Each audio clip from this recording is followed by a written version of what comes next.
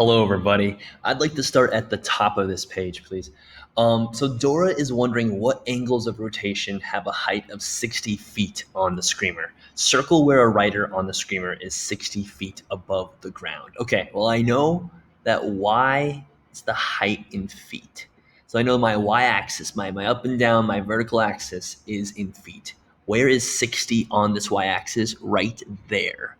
So I know that if I were to make a line with all the points that have a y value of 60, it would look something like that.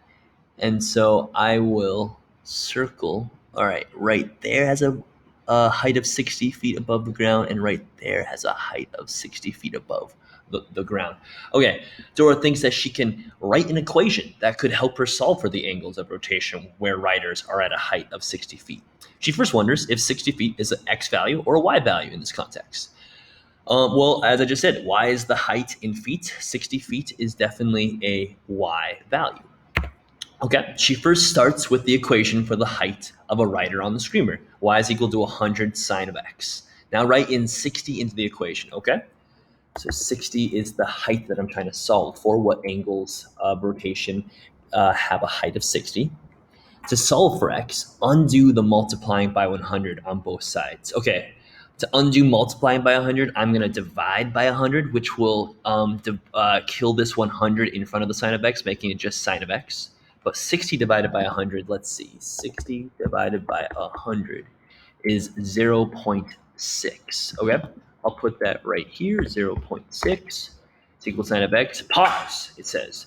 Does one of our red, green, or blue triangles have a y value of 0.6? Okay, let's check it out here. The y values are helpfully highlighted, and none of them have a y value of 0.6. So I'm going to click B. No, none of the highlighted values to the right is 0.6.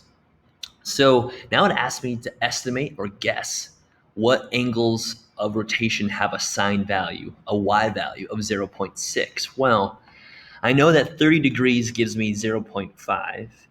45 degrees gives me 0.7-ish. So I know that 0.6 should be somewhere in between that. So between 30 degrees and 45 degrees, I don't know, I'll guess 37 or 38 degrees. That'll be my guess. Now we have to think about how can we actually solve the equation 0.6 is equal to sine of x. I want you to when you're done with this, make a text box right here. And I want to write 0.6 is equal to sine of x. We have to think about, I might just write it actually the other way around. Sine of x is equal to 0.6. How do we undo sine again? What is it that undoes sine? And we remember our inverse sine. And we write inverse sine, and then as an exponent, -1. So I'm going to do inverse sine, which is going to kill the sine, so I'll just write x on the left side.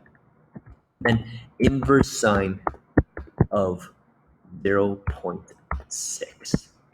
Now, how do we calculate this bit? And if you have your phone, you can use that as a calculator. If you have a calculator, you can use that as a calculator. I'm going to show you how to get to a Google calculator. Just go to a new tab and search Google calculator. It should pop up. It should look something like this. Make sure that you're on degrees instead of radians. I'm going to do inverse sine of 0.6. I'm going to find the inverse button right here and click that. Oh, I think it's still loading. That's why. Come on, internet. You got this. You can do it, internet. Patience, people. It's all about patience. It's all about the patience. This is also going to be a tutorial on how to fix your internet. Turn the Wi-Fi off, turn it back on, and then let it work. And then boom, it works just like that. Okay, so we're going to go inverse sine. So they call it arc sine. That's the same thing of 0.6 equals. Now wait, 0.64, that's not anywhere near 37 or 38 degrees. Oh wait, I'm on radians. I should be on degrees. Okay, let's try this again. Clear. Okay, inverse sine of 0.6.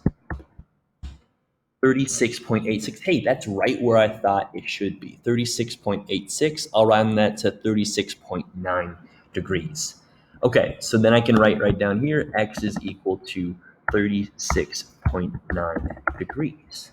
Now, how do we use that to solve Dora's question? Well, right now I'm going to ask you to, when you're done with this video, make a triangle in the first quadrant that has, what was it, a y value of 0.6. So right here again, I'm going to make two triangles that go right there.